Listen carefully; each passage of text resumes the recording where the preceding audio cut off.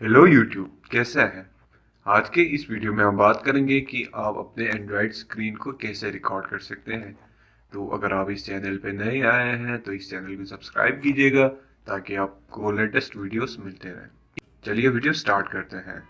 मजीद take videos के लिए subscribe कीजिए इस चैनल को और प्रेस कीजिए बेल आइकॉन ताकि आपको हर लेटेस्ट वीडियो की नोटिफिकेशन मिले सबसे पहले। तो यहाँ पे इस वीडियो में आप चेक कर सकते हैं कि मैं ये स्क्रीन रिकॉर्ड कर रहा हूँ।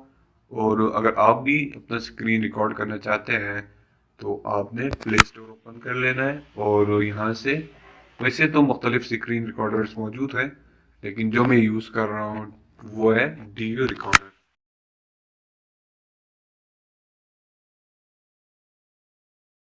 और ये देखिए मैंने इसको इंस्टॉल किया हुआ है और इसमें मुझे अपडेट का ऑप्शन आ रहा है, तो फिलहाल मैं इसको अपडेट नहीं करता हूँ। और अगर आप अपडेट करना चाहें तो आप अपडेट कर लें, और आपने इंस्टॉल नहीं किया हुआ होगा तो पहले आपने इसको इंस्टॉल कर लेना है।